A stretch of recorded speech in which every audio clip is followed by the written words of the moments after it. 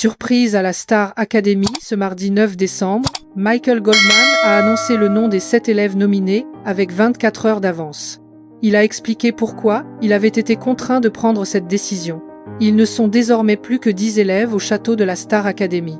Après plus de 2 mois de compétition, le moment est venu de connaître l'identité des 9 candidats qui auront le privilège de participer à la grande tournée de l'émission qui les emmènera dans les plus grandes salles de concert de France.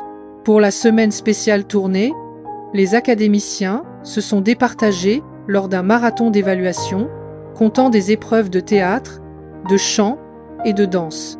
À chaque étape, un candidat s'est retrouvé qualifié pour la suite, tandis que 2 autres ont été directement éliminés. Finalement, Léa, Anouk, Jeanne et Victor ont dû se départager dans l'épreuve de chant arbitrée par Gaëtan Roussel, le chanteur du groupe Louise Attaque. Victor a bluffé Michael Goldman avec sa reprise de Begin de Måneskin. Vocalement, j'ai peu être pris la plus grosse claque depuis le début des évals de cette année, a-t-il remarqué. Le résultat de cette dernière évaluation était attendu pour ce mercredi 10 décembre aux grandes dames des élèves. Mais un petit couac a nécessité que l'annonce soit rendue publique bien plus tôt. Je viens parce que je sais qu'aux répétitions avec Lucie, il y a eu un petit problème.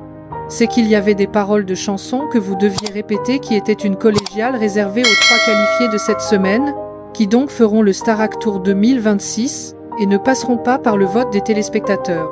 Normalement, il devait y avoir écrit les 3 qualifiés, et c'est une erreur humaine qui peut arriver, mais il y avait les noms des 3 qualifiés, a indiqué le directeur.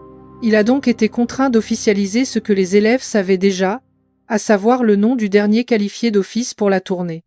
Je le fais parce que j'aimerais mettre un peu de forme à tout ça, parce que c'était quand même un marathon d'évaluation hardcore, où vous avez été tous super bons, on était très fiers de vous du début à la fin, a-t-il précisé, avant de révéler que Bastien était le 3e qualifié d'office pour la tournée. Il est donc celui qui a remporté le marathon en ayant été, selon le directeur, numéro 1 dans toutes les épreuves. Pour les 7 autres, vous serez soumis au vote du public. Je vous rassure, si ça ne tenait qu'à nous, les 7 feraient la tournée. Ne vous découragez pas, il y a des places à prendre, battez-vous, a rappelé Michael Goldman. Le directeur a eu un petit mot pour les élèves qui ont réalisé l'épreuve de chant, félicitant Victor et Léa.